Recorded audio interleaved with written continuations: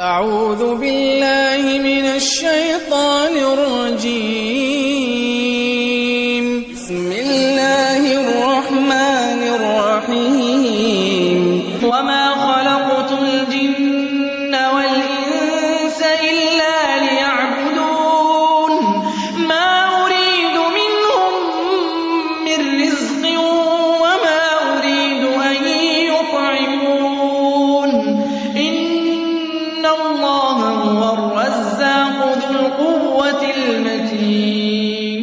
پیش خدمت ہے شرح کتاب التوحید لفضیلۃ الشیخ عبداللہ ناصر رحمانی حافظہ اللہ. آگے حدیث ابن عباس رضی اللہ عنہما کی فرماتے ہیں لما بعث معاذ الى اليمن، اپنے صحابی معاذ بن جبل رضی اللہ عنہ کو جب یمن میں بھیجا.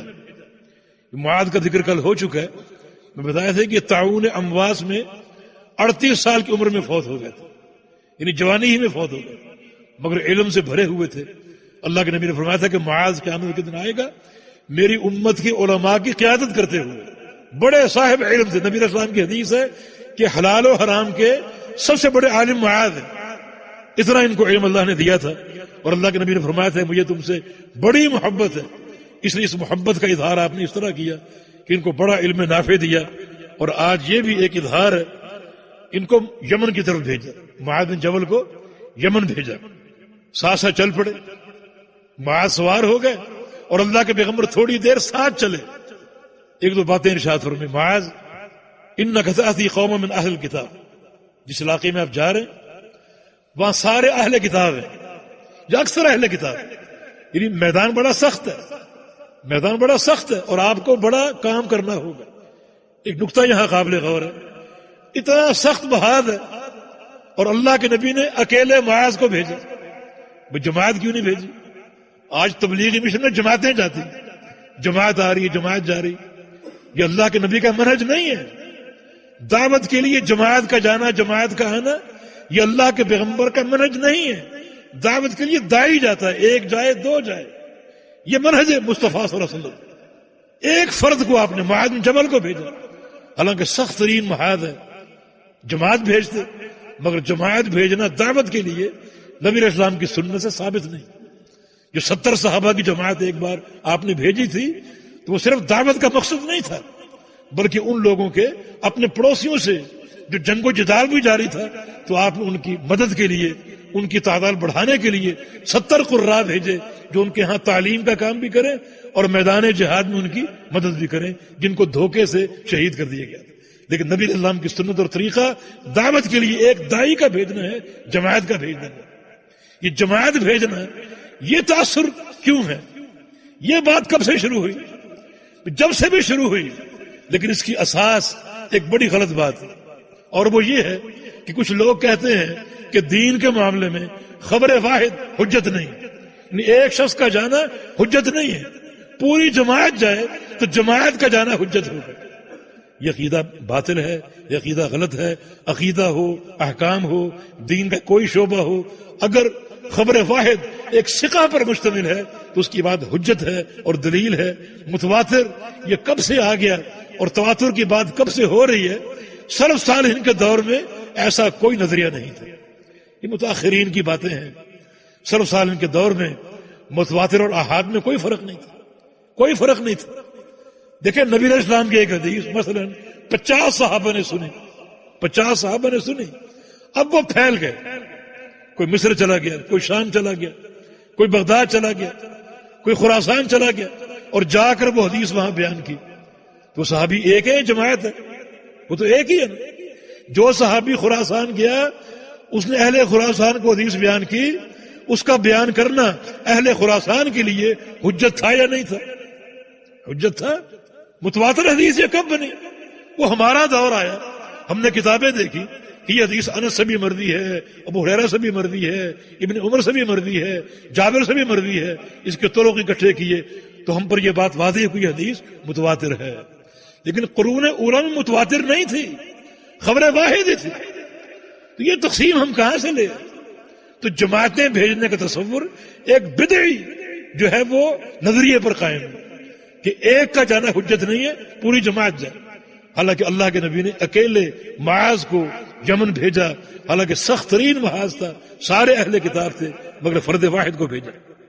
فرمایا کہ فَلْيَكُنْ أَوَّلَ مَا تَدْعُوهُمْ إِلَيْهِ شَهَادَةُ أَن لَا إِلَهَ إِلَّا اللَّهُ۔ معاذ تم نے کیا کرنا ہے؟ سب سے پہلا کام یہ کرنا ہے کہ ان کو لا الہ الا اللہ کی گواہی کی دعوت دینی، یہ پہلا کام ہے، ان کو یہ دعوت دینی کہ لا الہ الا اللہ، اس کی گواہی دو۔ ہم نے گواہی پر کل تفصیل سے بات کر دی کہ باقاعدہ گواہی ہونی چاہیے، اس کلمے کی گواہی دینی پڑے گی، یہ تمہارا پہلا کام ہے۔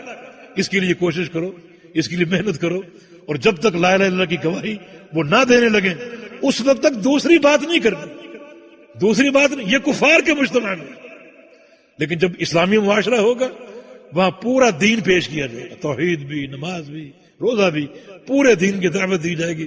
لیکن چونکہ آپ کا میدان کفار کا میدان ہے، انہیں پہلے توحید بتاؤ، توحید سکھاؤ، اور جب وہ توحید قبول کر لیں پھر ان کو بتاؤ کہ 5 نمازیں فرض ہیں، نمازیں قبول کر لیں پھر بتاؤ کہ زکوٰۃ فرض ہے، اور جب زکوٰۃ بتاؤ تو ان سے زکوٰۃ وصول کرو، مگر زکوٰۃ کی وصولی میں جو ان کا بہترین مال ہے قرائم اموالہم وہ حاصل نہ کرو، بلکہ متوسط مال، نہ وہ گھٹیا درجے کا ہو نہ انتہائی اعلیٰ درجے کا ہو، بلکہ درمیانہ ہو، وہ وصول کرو۔ اور فرمایا کہ مظلوم کی بد دعا سے بچنا، مظلوم کی آہ سے بچنا، کیونکہ اللہ تعالیٰ اور مظلوم کے مابین کوئی حجاب نہیں ہوتا، کوئی پردہ نہیں ہوتا۔ جب مظلوم اللہ کو پکارتا ہے ظلم کی چکی میں پستے ہوئے تو اللہ بندے سے فرماتا ہے کہ لَأَنصُرَنَّكَ وَلَوْ بَعْدَ حِينٍ، میرے بندے تیری مدد میں نے ضرور کرنی ہے، خواہ کچھ عرصے بعد کروں، تیری مدد ضرور کرنی۔ تو فرمایا کہ مظلوم کی آہ سے بچنا، کیونکہ اللہ تعالیٰ اور مظلوم کے مابین کوئی پردہ نہیں ہوتا۔ یہ حدیث مکمل ہوئی، اس میں جو سب سے اہم نقطہ اور دعوتی قاعدہ ہے وہ یہ ہے کہ سب سے پہلے توحید ہے، سب سے پہلے توحید ہے۔ تو سب سے پہلے توحید ہونے کا معنی یہ ہے کہ توحید اگر ہے تو ہر عمل درست اور قابل قبول، اور توحید اگر نہیں ہے، یہ توحید میں نقص ہے، توحید میں اضطراب ہے، تو یہ نمازیں، روزے، کوئی چیز قابل قبول نہیں۔ اللہ کے پیارے پیغمبر نے توحید کو جنت کی چابی کہا ہے، یہ نمازیں، روزے جنت کو نہیں کھول سکتی جب تک توحید نہ ہو۔ ایک انسان کی توحید میں خلل ہے، زندگی بھر کے تہجد جنت کو نہیں کھول سکتے، اور اگر اس کی جو ہے وہ توحید درست ہے، راسخ ہے، اس کا لا الہ الا اللہ جو ہے وہ سالم ہے اور قابل قبول ہے، تو اللہ تعالیٰ اس کے گناہوں کو معاف کرے گا اور اس کا یہ عمل جنت کے دروازے کو کھولنے کے قابل ہوگا۔ جی۔ ولهما عن سهل بن سعد رضي الله عنه أن رسول الله صلى الله اسی پر اکتفا کیجئے، انشاءاللہ کل اسی حدیث کو تھوڑا سا دوبارہ پڑھیں گے، اور جو آگے جو حدیث آ رہی اس باب کی آخری حدیث اس پر انشاءاللہ کل بات کریں گے، کیونکہ اس میں مباحث کچھ زیادہ ہیں، کچھ اہم قواعد ہیں، تو انشاءاللہ کل تفصیل سے اس پر بات کریں گے۔ وتعاونوا على البر والتقوى ولا تعاونوا على الإثم والعدوان واتقوا الله إن الله شديد العقاب۔